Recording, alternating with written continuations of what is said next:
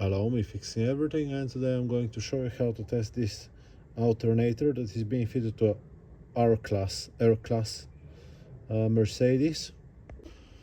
Something that is good to know before we start: you don't need to remove the alternator from the vehicle, you just need to disconnect the battery and the positive cable and the connector here on the side, I'll show you in a second. And you need a multimeter, nice with automatic range.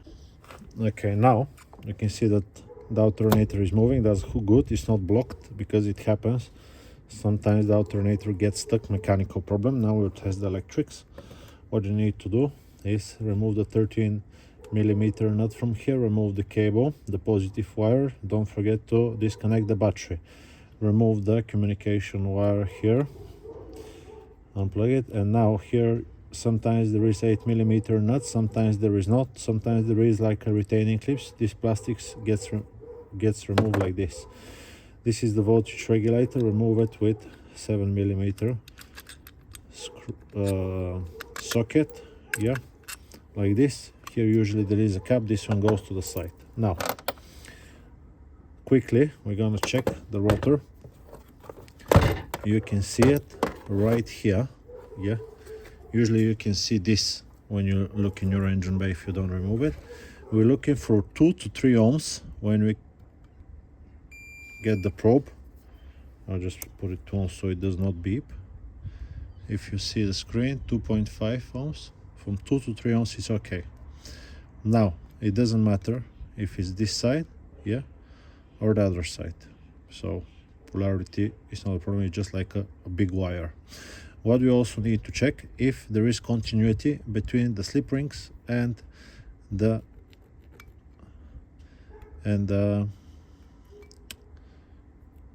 casing of the alternator. This is 16 mega ohms, so that's okay. And now we'll check the other side. 14, 17 mega ohms, that's perfectly fine. Mega ohms is a very large number, so it's like nothing. Now, next thing we're going to check is the rectifier bridge. What you want to do: take the negative probe, black one, put it onto here. That's the post for the big red wires for the positive terminal, and touch here. Okay, this will check the diodes. We're looking for 0.5, 0.45, it's okay. 4.5 is okay. 4.5 is okay. So that's the first three.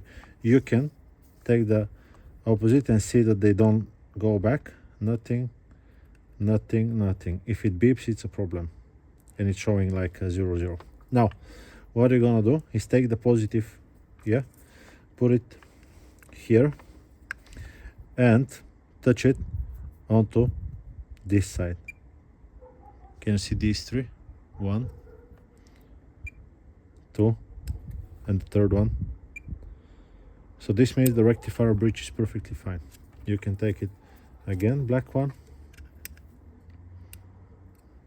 open, open, open, nothing. Good, so the rectifier bridge is okay. Next thing we're gonna check is the stator winding. We want to go on the side of them and hear them beep. But most importantly, we want to get on one of them, yeah, put the other one here and see nothing. If you hear beeping, it's going in the bin, yeah. If it's shorted to the wall, because it is possible, most possible if you ask me, it's going to the bin. So this is okay. This whole thing should work perfectly fine. Now you still might not have voltage coming and not charging. The last culprit will be this one. What you can do, which is not testing the alternator, but you can check the voltage that comes to the cable when the ignition is on. If you have 8 volts, it's definitely the voltage regulator. Unfortunately, other than the brushes, you can see these brushes are brand new. Other than the brushes, you cannot check this voltage regulator with just a multimeter. You need a bench power supply, you need a special communicating device, because some of them are different protocols. Some will be expect a signal from the computer, some of them will expect a voltage between 12 and 14.8 volts and whatnot, but there is a chip inside.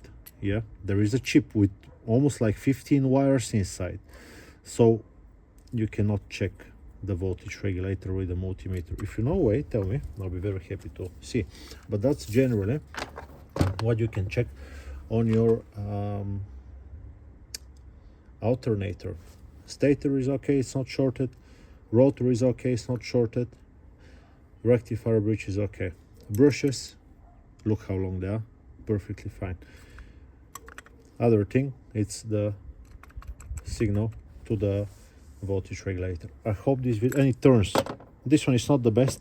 Yeah, you can hear the bearing, but it does work. So that's how you can test. Some of them are 100 amperes, this is 170, some of them are a little bit less, but they're exactly the same. Yeah, I hope this video is being helpful to you. I'll just put it back now, and I will see you on to the next one. I will be happy if you leave me a comment, or even if it's negative, I might not reply, but I'll still read it. That's it. Bye bye.